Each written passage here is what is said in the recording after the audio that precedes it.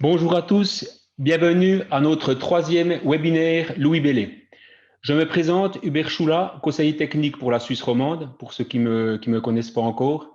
Et aujourd'hui, je vais vous présenter une nouveauté dans le taillage par génération, qui est les fraises mères duplex. Ces fraises sont des fraises monoblocs disponibles en métal dur, bien sûr, disponibles sur tige ou en rondelle, et elles disposent de 2 zones de coupe pour profiler, finalement pour faire le même profil.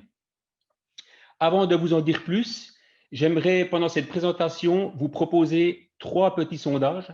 Le premier que je vous soumets tout de suite, si ça ne vous dérange pas, c'est dans quel domaine les pièces que vous taillez sont-elles utilisées? En plus, si vous avez des questions, vous pouvez les poser en commentaire sous l'onglet QR. Je me ferai un plaisir d'y répondre à la fin de ce webinaire.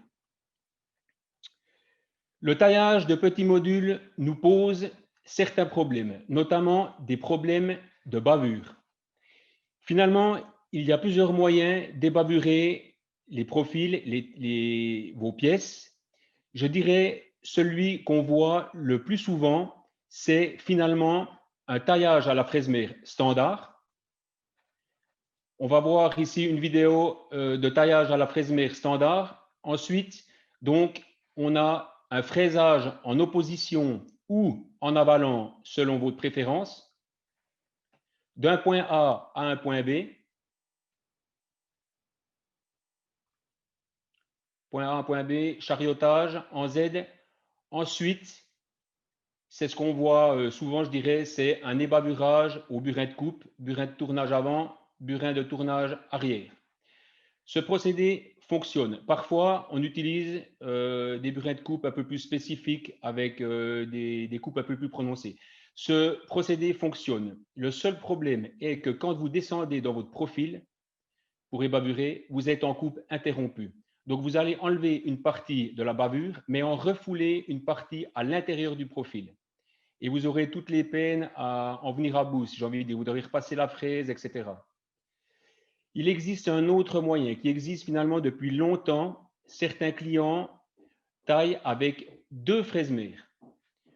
Donc, le procédé, c'est tailler à 2 fraises mères, c'est une fraise qui est montée, donc coupe à gauche, et l'autre fraise qui est montée coupe à droite, avec une entretoise, si on pouvait venir sur la fraise.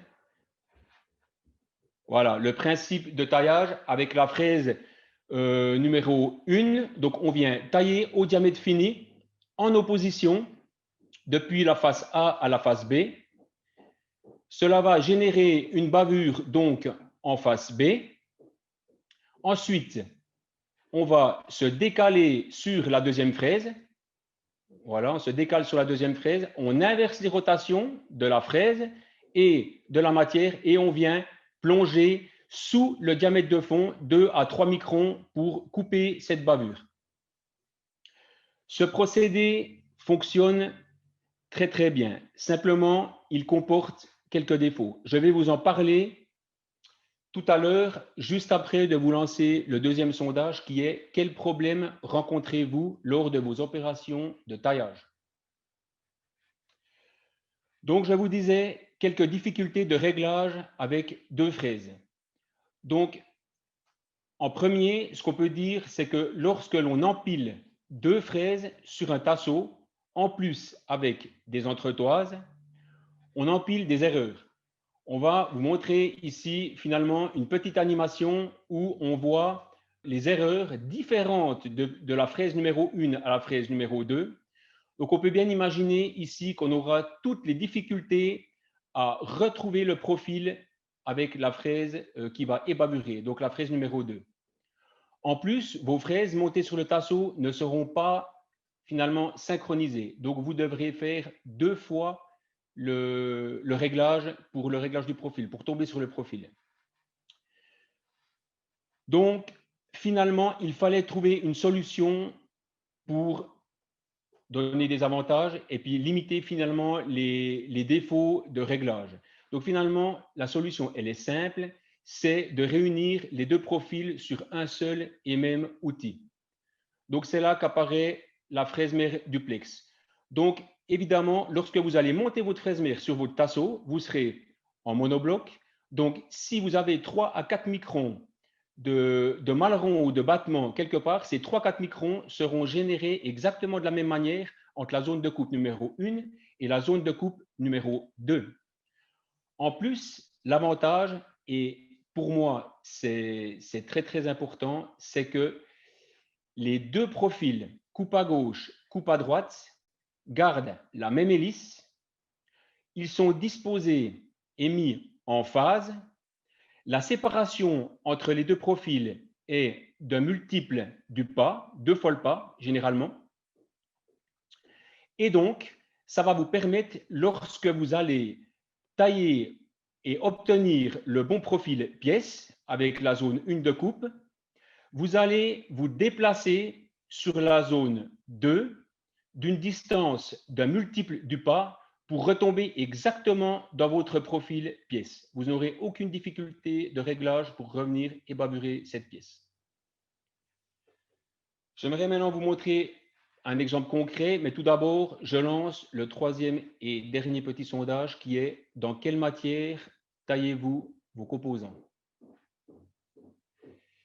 Donc, un essai concret. Ici, j'aimerais dire un grand merci à notre client voisin MPS à Bonfol, chez qui nous avons réalisé cet essai. Donc, on va voir ici le taillage sur une Evo Deco 10 Tornos. Donc, ici, on voit les dimensions de la fraise qu'on a utilisée. Diamètre 6, alésage 3,50, largeur 8 mm. Et partie de coupe à gauche, partie de coupe à droite. Pas de problème.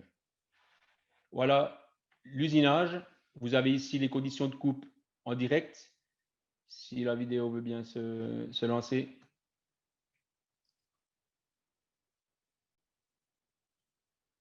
Donc, le process, voilà. Le process ici, donc voilà, on va tailler en opposition avec un chariotage en Z.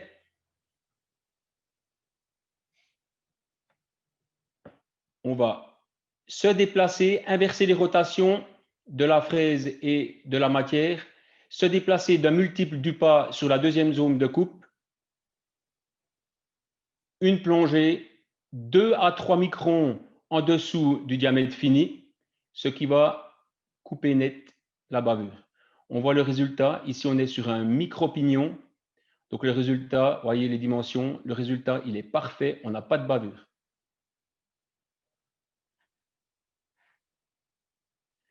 Ici, on va voir sur la photo suivante, si on y arrive. Voilà, exactement. On a voulu vous montrer, si vous voulez, le taillage réalisé avec un seul passage, sans les bavurages, à gauche. On voit quand même la bavure que génère même le laiton. Hein, et finalement, à droite, avec les bavurages de la deuxième zone de coupe. Donc, on est vraiment sur une pièce parfaite. Donc, si on peut voir, j'aimerais vous montrer peut-être la grandeur du pignon. On était vraiment sur un micro-pignon. Si on peut venir sur ici, on a, si vous voulez, on a mis la pièce au bout d'une bruxelle avec la fraise qui a utilisé, la fraise qui a été utilisée pendant cet essai. Voilà. Donc là, on voit bien, ça tient au bout d'une bruxelle, c'est vraiment un micro-pignon.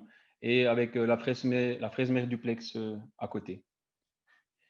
Donc, j'aimerais rajouter encore qu'on a déjà réalisé un autre essai avec une fraise mère sur tige, sur une machine à Folter. Ça avait aussi très bien fonctionné, vraiment très bien fonctionné. Donc, fraise mère sur tige, c'est aussi très intéressant par rapport au diamètre, puisqu'on a un monobloc et on commence à un diamètre de 3 mm. Donc, j'aimerais faire un lien aussi avec d'autres marchés, puisque on a développé ces fraises pour les petits modules, mais elles sont parfaitement adaptables aussi à des modules plus grands. Ici, on est sur une fraise d'un module 0,63, diamètre 24, largeur 50 mm. Donc, on peut vraiment adapter ça à toutes sortes de demandes. J'ai envie de vous dire encore qu'on peut très bien faire des fraises mères duplex à partir de fraises index. Ça ne pose pas de problème. Voilà. J'aimerais voir si vous avez éventuellement des questions. Alors, les questions. Alors, on a un petit peu du mal avec la technique. Ah, la question numéro 1, on en a une. Alors, quel est le prix de ces fraises mères duplex? Alors, directement dans le vif du sujet. Alors, le prix des fraises mères duplex. Alors, je n'ai pas voulu en parler dans ma présentation pour mettre purement les aspects techniques et pratiques devant. Mais puisque j'ai la question, je peux y répondre, bien sûr. Hein. Le prix d'une fraise mère duplex sera environ de 1,5 fois le prix d'une fraise mère standard, pour ne pas donner de prix exact, puisque ça dépend aussi des dimensions. J'ai une deuxième question. Comment gère-t-on l'inclinaison entre les deux zones de coupe? Alors, je vous rassure tout de suite, il n'y a pas de différence d'inclinaison. On est sur un principe de miroir, puisqu'on retourne la fraise sur elle-même, ça reste la même inclinaison, sinon ça ne fonctionnerait pas. J'ai une troisième question. Peut-on réaffûter ces fraises duplex chez nous en interne? Alors oui, bien sûr. Et là, ce serait intéressant qu'on revienne sur la photo de la fraise mère duplex de face. Voilà, celle-là. Donc là, on est sur une fraise mère sur tige. Mais vous voyez ici, vous pouvez très bien affûter. Donc, vous traversez outre, vous allez affûter la rangée avant des dents. Et en traversant tout, vous allez affûter l'arrière de la dent suivante. Donc, ça ne va pas poser de problème. Simplement, vous allez affûter l'arrière de la dent suivante dans le vide. Après, vous retournez votre fraise et vous faites la même chose de l'autre côté. Pour la fraise mère sur tige, si vous n'êtes pas équipé, on peut très bien vous l'affûter ici, bien sûr, chez nous à l'interne. Alors, bonjour, pourquoi avez-vous développé une fraise mère sur tige? Alors, la fraise mère sur tige amène déjà, pour commencer, de nombreux avantages. Le fait déjà qu'on soit en monobloc et qu'on n'ait pas l'alésage intérieur. En plus, le maleron, le battement est très facile à prendre sur la fraise mère sur tige, puisqu'on peut la prendre sur le barreau ou même sur une petite zone de contrôle qu'on a en bout. Et en plus, avec la fraise mère sur tige, vu qu'on n'a pas l'alésage intérieur, on commence à partir de 3 mm. Donc, pour des micro-pignons comme on avait ici, ça peut être vraiment très intéressant. Je dirais même que c'est même un petit peu plus précis que les fraises mères en rondelle. Donc, j'ai plus de questions. Je vais peut-être passer aux différents sondages que je vous ai soumis, juste pour un petit peu voir un petit peu dans quel domaine, etc. Donc, 18%, vous êtes 18 pour le premier sondage, vous êtes 18% à tailler dans le médical, dans le dentaire 9%, horlogerie 86%, ouais, on a beaucoup d'horlogerie, automobile 9%, aéronautique spatiale 9%, autres 14%. Intéressant. Donc, comme je vous le dis, cette fraise est adaptable à toutes sortes de modules, donc on peut vraiment l'adapter à tous les marchés. Deuxième sondage. Donc, quel problème rencontrez-vous? Alors, du battement maleron, 18%. Des bavures, 73%. Ben, vous êtes sur le bon sujet. Géométrie du profil, 27%. Problème de synchronisation des broches, 0%. Inclinaison de l'outil, 14%. D'accord. Autres, 9%. Donc, 73% de bavure. Donc, j'espère vraiment que ça va répondre à la demande et puis que ça va gérer vos problèmes. J'en suis convaincu. Ensuite, juste pour les géométries du profil, 27%.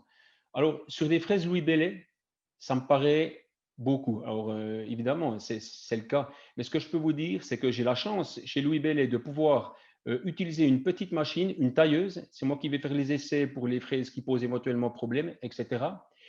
Et ce que j'aimerais vous dire, c'est que souvent, on arrive à définir que le problème vient, je dirais, autour de la fraise. Donc, on a un process de fabrication qui contrôle la fraise en direct. Je ne dis pas que c'est impossible, mais une fraise sur 10, c'est possible, mais c'est très, très peu. Souvent, ce que je remarque, c'est éventuellement une inclinaison pas adaptée, c'est du battement quand on a des différences de géométrie du profil, c'est du maleron quand on taille trop profond, c'est du fléchissement quand on taille dans une matière qui génère un effort, ou peut-être un tasseau qui vient un petit peu fatigué, ou quelquefois aussi, j'ai eu un cas, mon collègue Loïc Yerli a résolu un cas dernièrement où il y avait un problème de synchronisation. Là, vous étiez, il n'y avait personne qui a eu un problème à ce niveau-là, mais parfois, ça arrive que si vous faites tourner votre machine, par exemple, à 500 tours, contrôlez qu'elle ne tourne pas entre 498 et 502 tours. Parce que finalement, le taillage, c'est une synchronisation très précise qui laisse la marge à peu d'erreurs. Et finalement, ça leur donnait des rangées de dents qui étaient bonnes, des rangées de dents qui étaient mauvaises, ainsi de suite. Et on n'était pas juste au niveau du profil. Donc voilà, merci beaucoup pour avoir répondu à ces différents sondages. La matière taillée, inox, 65%. Ah ouais, j'avais oublié le dernier sondage, merci. Inox, 65%, laiton, 57%, acier, 61%, cubé, 43%, aluminium, 13%. Donc là, on avait un essai dans le laiton. Le laiton génère pas forcément beaucoup de bavure, quoique on l'a vu, sans le passage à la dernière fraise, ça génère quand même passablement de bavure. Je pense que la fraise mère duplex sera très intéressante, notamment dans les aciers, dans les cubés et bien sûr dans les inox. Donc là où on va éviter de coucher cette bavure à l'intérieur du profil. Alors, j'ai deux questions qui viennent après coup. Comment préconisez-vous de serrer les fraises mères sur tige? Alors, déjà, je préconise de les serrer avec une pince déjà UP, ultra précise, et ensuite, vous serez rigide, je ne vois pas de souci apparent. Il faudra vraiment contrôler le maleron, le battement, et puis ça va fonctionner très bien. Mais avec une bonne pince, évidemment, quoi. Bien rigide. Quelle durée de vie d'utilisation? Alors, durée de vie d'utilisation, évidemment, vous aurez la durée de vie d'utilisation d'une fraise, je dirais, standard en ce qui concerne le premier passage, en chariotant, et ensuite, la fraise qui va ébaburer va que très peu s'user au final. Donc, c'est pour ça qu'on pourrait aussi moduler les fraises. Donc, on n'est pas figé. Les dimensions, on pourrait très bien avoir une zone de coupe sur le premier taillage plus grande que la zone qui va ébaburer derrière. Donc, durée de vie, je dirais standard à une fraise mère normale. Pourquoi ne pas faire de déplacement en Z pour la passe d'ébaburage? Eh bien, simplement parce que déjà, au niveau du temps de cycle, vous allez perdre du temps de cycle. En plus, vous allez engendrer des facettes. Donc, l'idée, c'est vraiment de simplement faire une piquée en Y, en décotaillage, ça sera du Y, 2 à 3 microns sous le diamètre de fond, de manière à juste voir une micromarque couper la bavure en voyant une petite micromarque qui sera tolérée par vos clients, mais par contre, vous serez sûr que pendant votre production, vous n'aurez plus de bavure. Donc en fait, c'est une perte de temps de charioter une deuxième fois avec la fraise des bavurages. Ben voilà, merci pour les questions. Écoutez, voilà, moi, j'en aurais terminé pour ma présentation. J'espère que le sujet vous a plu. Nous, donc, mon collègue Loïc Yerli et moi-même sommes à votre disposition pour des compléments d'information chez vous, dans vos entreprises, et notamment aussi pour des problèmes techniques, etc., liés à ces fraises. On est à votre disposition.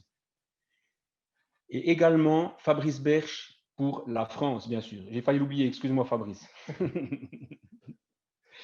Écoutez, moi j'espère que j'ai été assez clair pour peut-être les personnes qui découvrent le taillage à deux fraises pour la première fois, pas trop rébarbatif pour ceux qui l'utilisent déjà.